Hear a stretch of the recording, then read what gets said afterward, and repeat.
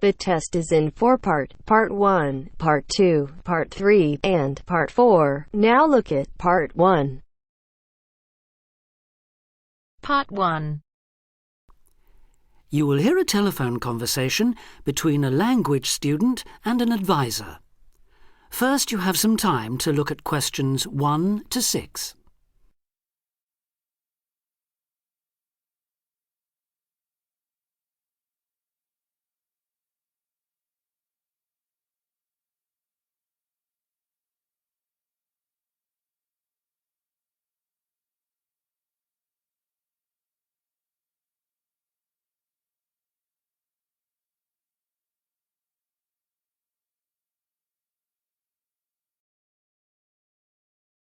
Now we shall begin. You should answer the questions as you listen because you will not hear the recording a second time.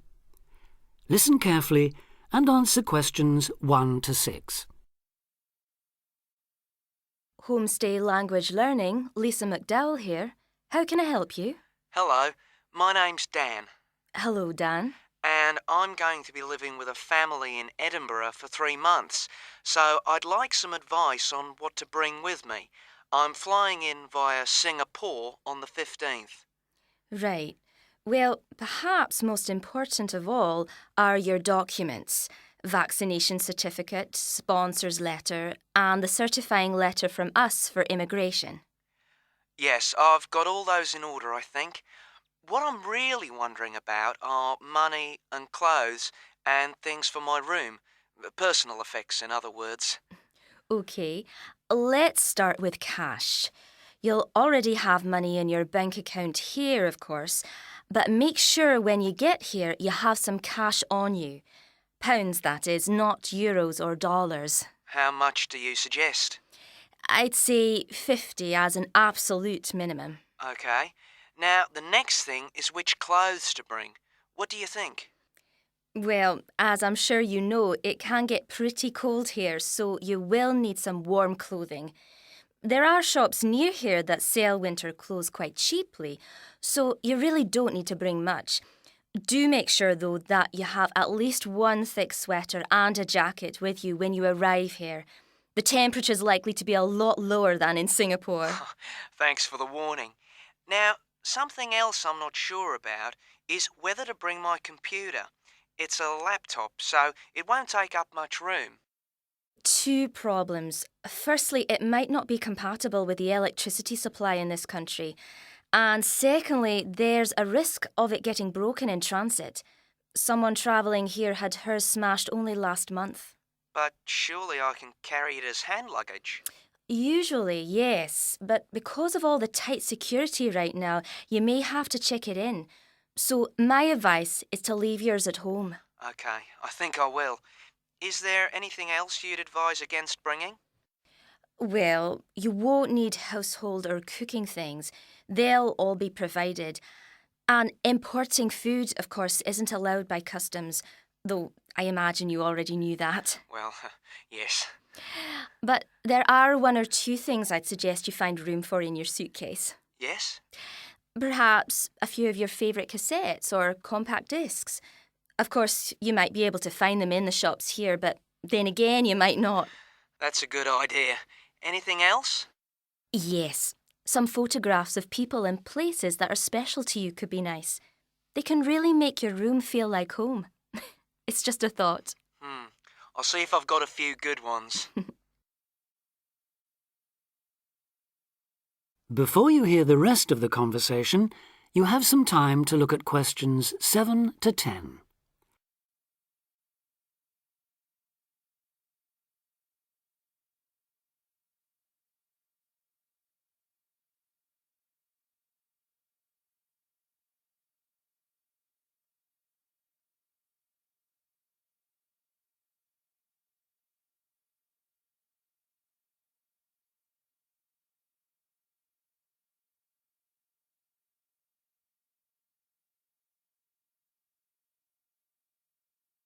Now listen and answer questions 7 to 10. Just a few points about packing.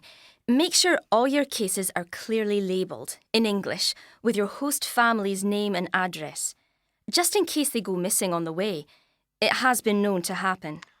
What name do I write, by the way? It's Wark. Lewis and Amy Wark. So that's W-A-L-K? It's actually W-A-R-K.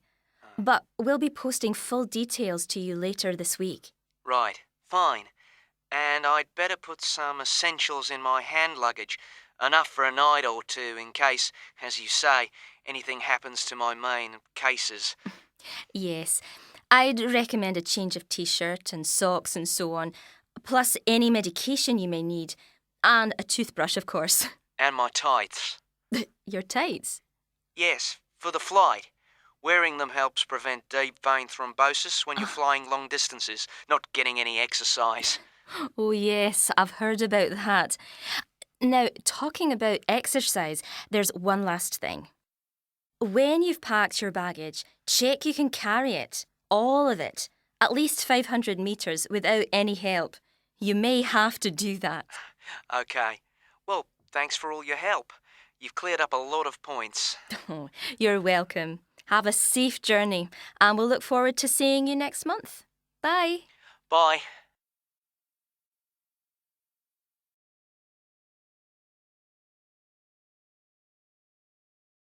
That is the end of part 1. You now have half a minute to check your answers.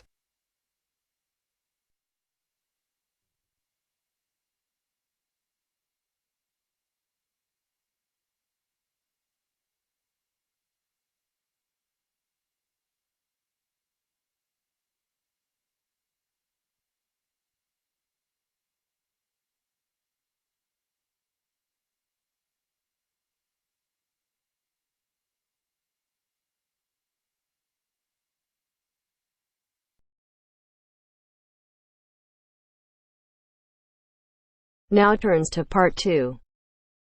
Part 2. You will hear Joanne describing her home city of Darwin in Australia to a man called Rob, who hopes to go there. First, you have some time to look at questions 11 to 15.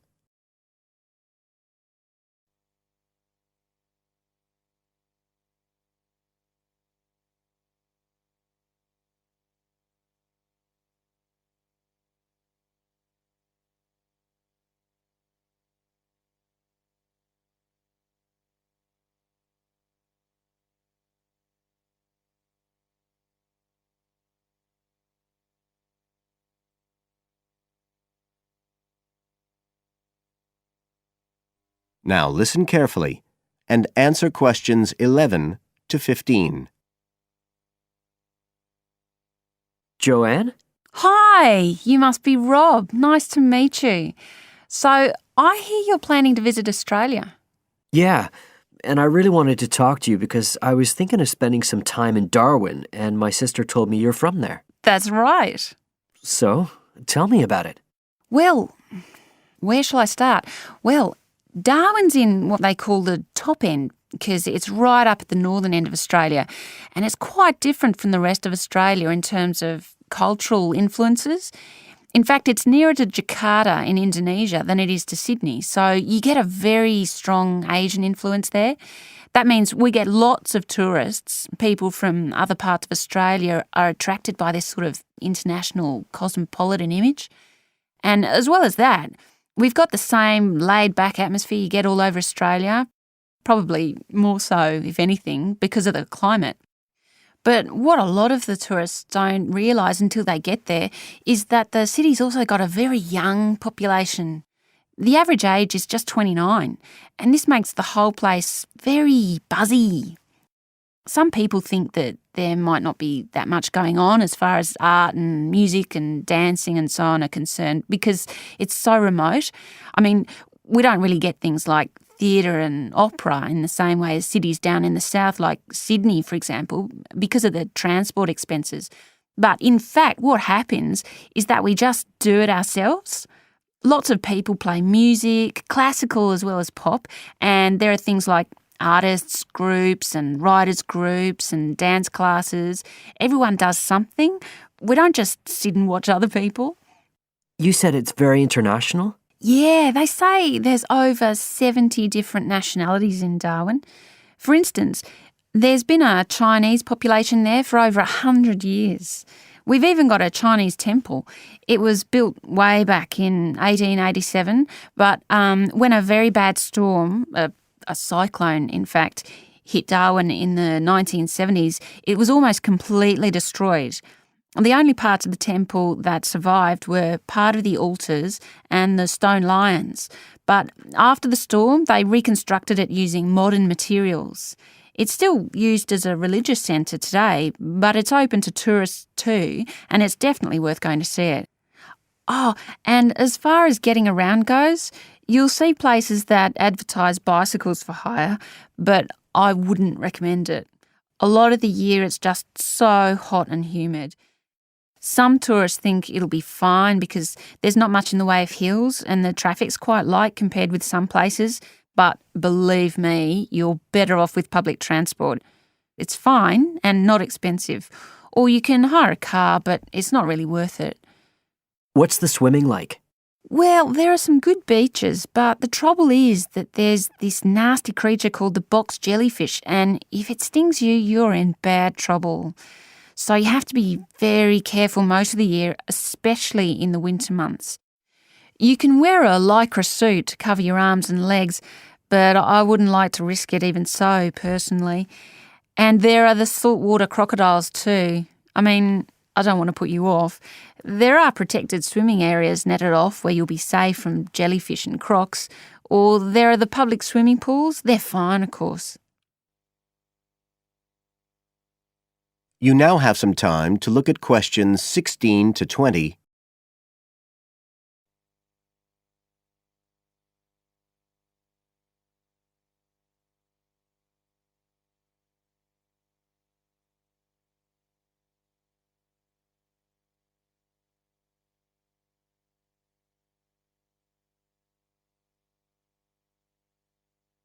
Now listen and answer questions 16 to 20. So, which places would you specially recommend? Well, one of the most popular attractions is called Aquascene.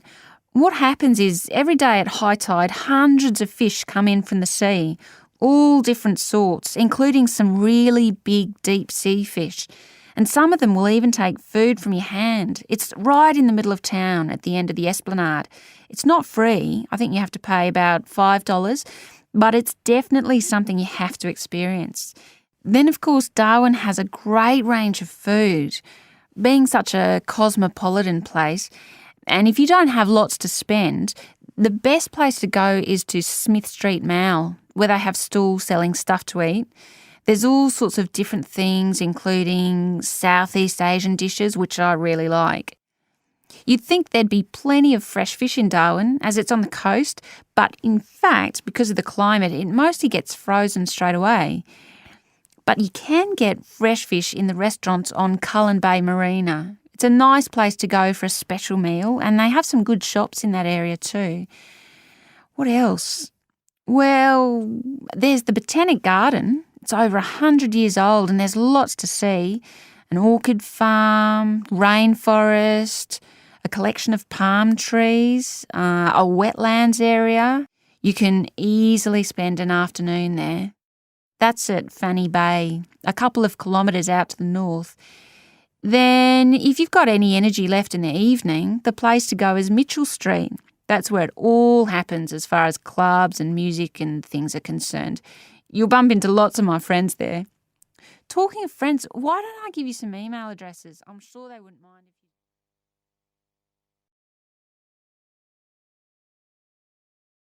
That is the end of part 2. You now have half a minute to check your answers.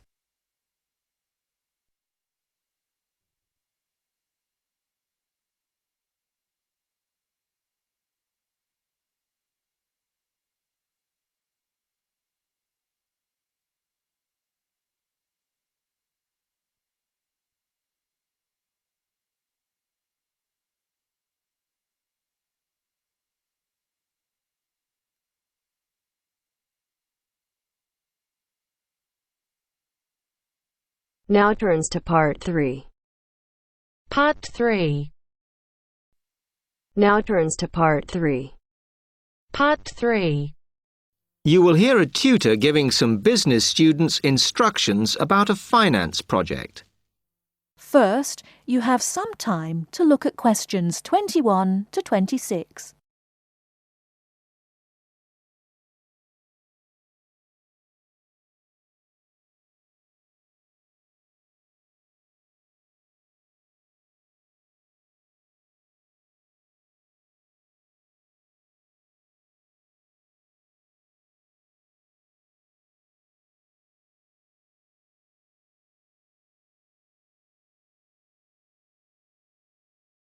Now listen carefully and answer questions 21 to 26. OK, can you quieten down, please? Now, today I'm going to talk to you about your assignment. We've been studying the effects of the exchange rate, so I'm going to give you a project to do on this. Right, can you make some notes while I'm talking? The first thing that I'd like you to do in order to prepare this is to select where you're interested in. I mean, which country, and therefore which currency you're going to be operating in. OK, now the purpose of the project is to make money, and I'm hoping some of you will make a significant amount. So, I want you to suppose that you have £100 that you will have to invest purely in the rises and falls of the exchange system.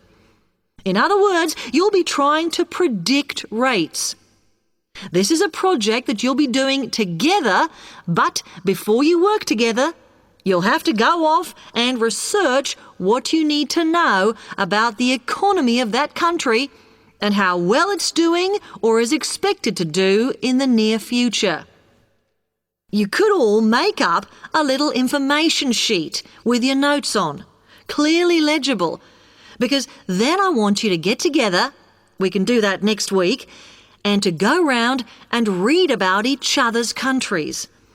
When you see how well or badly each country is doing, I want you to decide what your exchange rate is going to be against all the other currencies. After that is all sorted, what you're going to do is go round the other students and attempt to sell your money to the others. Remember, this will depend on the success of your country's economy and the rate you fixed for your currency. Now, you're not allowed to just swap currencies with each other, but you may wish to buy from the other countries. But you must do a proper transaction. All the way through this, you must keep your accounts properly for each transaction. I'll give you 1 week to do this, and then we will set a time for the deals to finish, a bit like the stock exchange. And at that point, I will ask you to calculate how much you have made. Is that clear?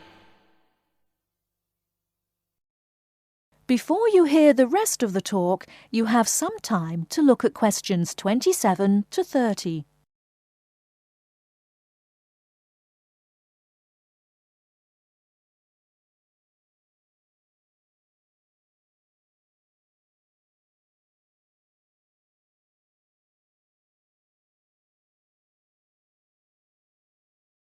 Now listen and answer questions 27 to 30. Before you begin that, there are a few things I want you to read up on to prepare. You need to look at the economies of the UK's main trading partners. I don't mean all of them, because that would be over 80, but just the 29 principal ones. There are summaries in the last 3 books on the book list I've given you. And so that you can practice applying the criteria on assessment I gave you, I'd then like you to focus just on one sector across all the countries. The most common one across every country is farming. But as much agricultural produce is for domestic consumption, I'd like you to look at manufacturing. Then, I would like you to do a detailed investigation of one particular aspect. I was going to give you a choice, but I think as we've just started the course, it's better if we all look at the same thing and then we can discuss it in the seminars. So the thing I'd like you all to look at is fluctuations in import prices. Now, you need to do all that before you start the project, as it will help you assess the economies of the countries you'll be representing in the project. Don't worry, you've got plenty of time. Exam week is December the 8th. Then it's the holidays until January the 6th, so I don't need the project in till February the 5th. Is that okay? Now, any questions on this?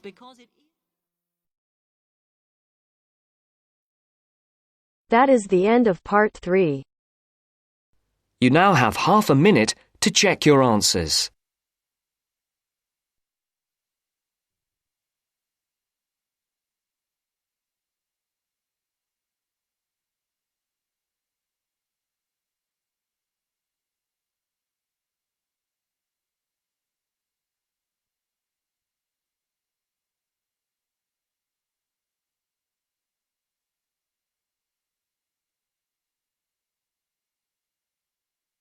Now turns to part 4. Part 4. You will hear a student giving a presentation about some ways of dealing with the problems of urbanization and city growth. First, you have some time to look at questions 31 to 40.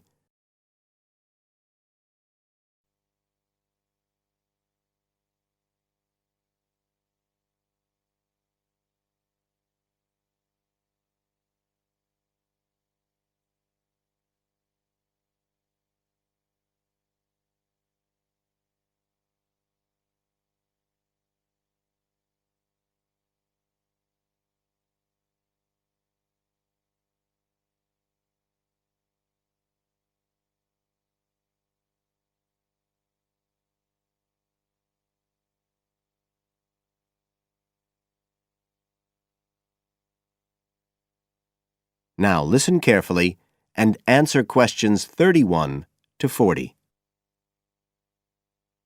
Well, Adam's just been talking about some of the problems that have resulted from the rapid growth of cities in the last 100 years. Things like housing, sanitation, crime and so on. For my presentation, I'd like to look at some examples of what cities are doing to try to solve some of these problems. As part of its Healthy City program, the World Health Organization, the WHO, has come up with a set of criteria for a healthy city. The WHO says that, amongst other things, a healthy city must provide a clean environment which is also safe. It mustn't be dirty or dangerous for its inhabitants. As well as that, the WHO says a healthy city has got to be able to satisfy its inhabitants' basic needs. That's all its inhabitants, not just the rich ones or the ones with jobs, everyone who lives there. A third criterion, is that it's got to have health services which can be used by all the inhabitants and which they can access easily. The final point's to do with local government. The WHO says this is something that the whole community should be involved in, not just a few powerful politicians or businessmen. So, a healthy city is not just a matter of avoiding illness, that sort of healthiness. It's the way that the whole city works together for the benefit of its population. OK, so what I'd like to do now is to look at some projects in different cities around the world where cities have tried to meet these criteria, to make their cities healthy ones.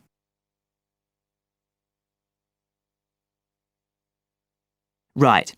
The first project I'm going to discuss took place in Sri Lanka, and this project was called the Community Contract System.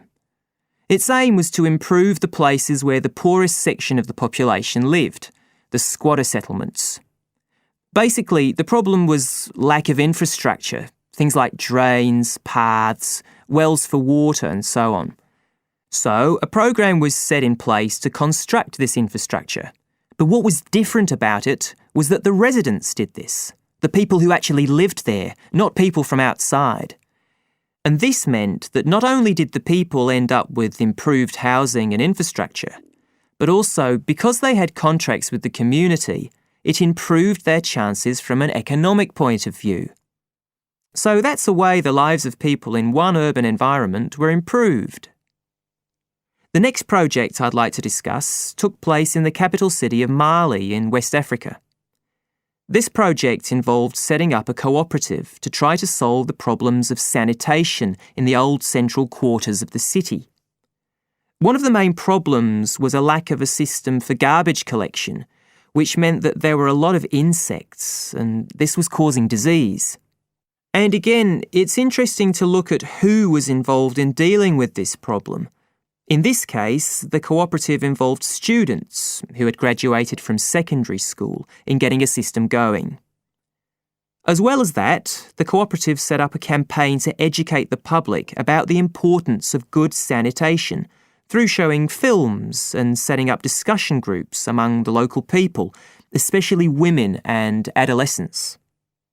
And the outcome was an increased environmental awareness, which led to changes in household behaviour, as well as improved living conditions. OK, the third project was in Egypt, just outside the capital, Cairo, which is a city that's grown very rapidly in the last few decades. This project was based in a women's centre in a poor area called Makatem. The aim of the project was to support girls, young women from the area from poor families. So these were women who had no education. They'd never been to school, so they were totally illiterate, and they had no chance of getting jobs. At the Women's Centre, they were shown how to sew and how to weave, and once they'd learned these skills, they were given the equipment, a sewing machine or a loom, so that they could make things to sell and had a chance of earning their own living. And this project has meant that these young women have greater status in the community, but as well as that, they can enjoy a better quality of life. So I don't think the problem is that cities are bad. This world and its cities have the resources to provide for the population that lives there. What it takes is a stronger will and a better distribution of resources.